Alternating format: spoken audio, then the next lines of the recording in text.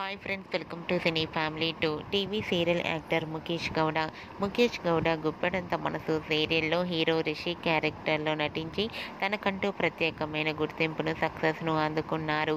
రిషికి గుప్పెడంత మనసు సీరియల్ మంచి సక్సెస్ను అందించడంతో తనకు కొత్త మూవీస్లలో కూడా ఆఫర్స్ వస్తున్నాయి. రిషి మూవీ షూటింగ్లలో కూడా పాల్గొంటూ బిజీగా లైఫ్ని ఎంజాయ్ చేస్తున్నారు.